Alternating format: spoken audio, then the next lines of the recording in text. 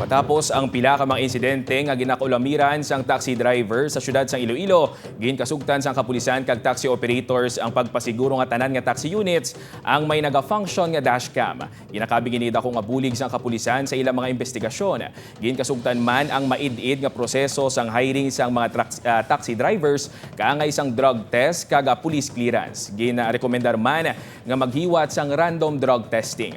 Tuman man kay importante suno sa kapulisan ang pagbutang sang stickers sa taxi nga may ngalan sang operator, plate number kag iban pa nga mga detalye. Sa seguridad naman sang mga driver, may mga hotline numbers na ginhatag ang kapulisan agud gilayon nga matawgan sa tion sang katalagman. Nagpasalig man ang taxi operator sa publiko nga ginatinguan nila nga mapahamtang ang buot sa mga pasahero sa tion sang pagbiyahe.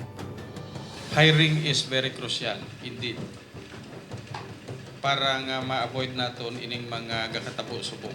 Ang taxi is one of the safest, if not the safest form of transport gyapon diri sa aton nga pinalangga ang syudad. Safe gyapon ang tao magsakay sa taxi tungod sa mga palisiya nga ni